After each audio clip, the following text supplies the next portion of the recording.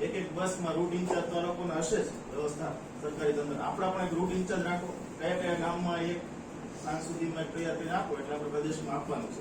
સાથે એમાં આપણો ઇન્ચાર્જ અહીંયા વાત કરી 10 વાગે પહોંચવાના છે એટલે આપણે 5-6 વાગે અહીંથી બસ ઉપાડવી પડે.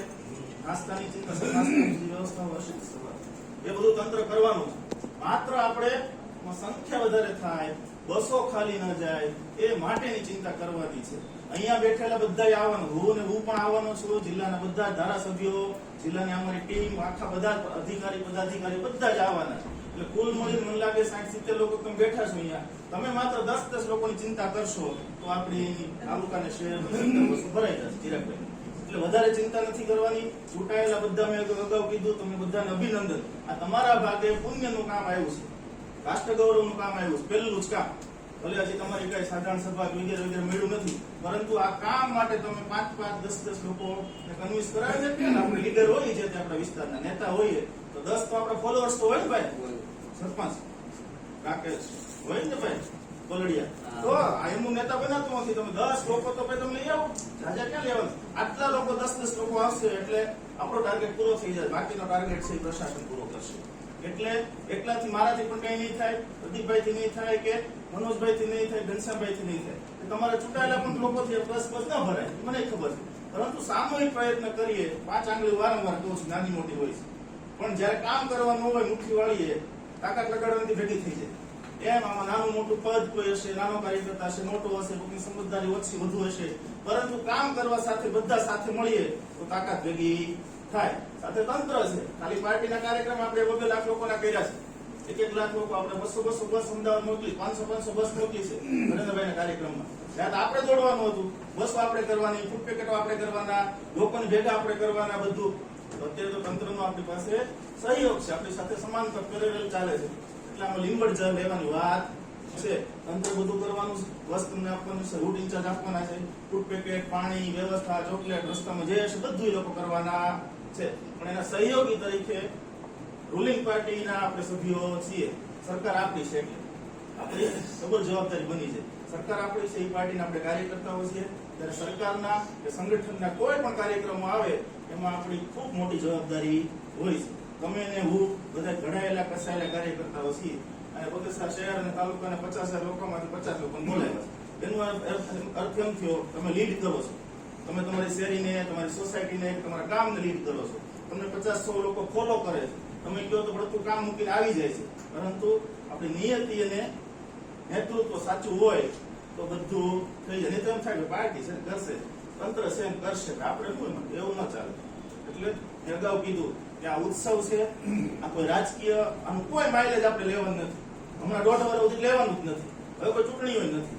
માત્ર ને માત્ર રાષ્ટ્ર ગૌરવ, ધર્મ, સંસ્કૃતિ અને આપણી વિરાસતનું ગૌરવ લેવાની વાત છે. આ વાત અગાઉ મેં સમજાવી. આજે નરેન્દ્રભાઈનો દિવ્ય ભાસ્કરમાં સરસ મજાનો લેખ છે, વાંચી લેજો સોશિયલ મીડિયામાં. એ લેખ વાંચી લેશો એટલે તમારું ઘણું બધું ચિત્ર ક્લિયર થઈ જશે. કોઈ રાજકીય વાત તો જ નથી આમાં, કોઈ મત લેવાની વાત નથી. મત લઈ લીધી, આપણે જીતી ગયા, સફળતા મેળવી લીધી, બંગાળમાં મેળવી લીધી, ગુજરાતમાં કયો પ્રશ્ન જ છે. આ સ્થિતિમાં તમારે કામ કરવાનું છે. એટલે પૂર્ણ આયોજન અને પૂર્વ આયોજન, પરફેક્ટ પ્લાનિંગ અને પ્રી પ્લાનિંગ, 2 રીતે કામ કરશો. હજી 2 દિવસ છે. આપણે પૂર્વ આયોજન અને પૂર્ણ આયોજન ન કરીએ તો કાર્યક્રમ સફળ થાય નહીં. આજે સાંજે બેસીને સીટ વાઇઝ તમારી તાલુકા પંચાયત 10 બસો આપણે ગામડામાં, શહેરમાંથી કોઈ પ્રકાશભાઈ પછી આપણે બેસી લઈએ. ગ્રામ્યમાં 15 છે અને 5,000 બેસી લ્યો. આપણે બેસી લઈ હોદ્દેદારો દરેક ભાઈ સાંભળો. તાલુકા પંચાયતના સભ્ય જીતેલા અને હારેલા આપણે 16 સીટ છે ને ભાઈ, 16 સીટ છે. એક ઇન્ચાર્જ બનાવો તમે. એની સાથે એક સંગઠનનું લોકો, આ લોકોના રૂટ ઇન્ચાર્જ હશે, કોઓર્ડિનેશન કામ કરશે, બધું સરસ થશે બધી રીતે.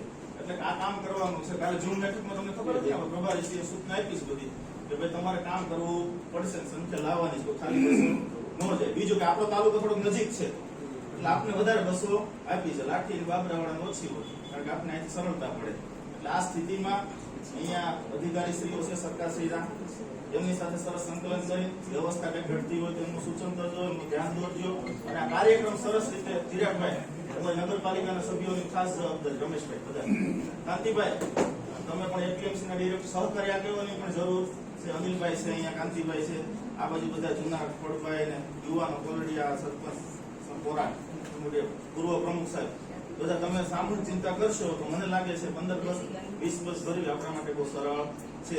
એમાં 50% કામ તો તંત્ર કરી દેવાનું છે. એટલે આપ સૌને પુનઃ જીતેલા બધા જ ઉમેદવારોને શુભેચ્છાઓ, હારેલાને પણ શુભેચ્છાઓ. ભવિષ્યમાં તમે પાછા ફરીથી ચૂંટાવ અને આપણે રિવ્યુ કરી લઈએ ક્યાં કાચા પડ્યા, શું કામ આપણી હાર થઈ. જીતેલા લોકો છે તો એ પણ રિવ્યુ બેઠક આપણે કરીશું કે આપને ઓછામાં શું કામ મળ્યા, કેમ માર્જિન ઘટ્યું. તો એનો અર્થ એમ છે કે આપણે હાર્યા છીએ તો આપણે કઈ આખો સમય હારી ગયા, આખી જિંદગી હારી ગયા નથી. વન ટાઈપ ગેમ છે. મેં કીધું જેમ ખેલ આપણે ગેમ્સમાં રમતા હોય, સામેના લોકો આપણા પ્રતિસ્પર્ધી છે નહીં કે દુશ્મન.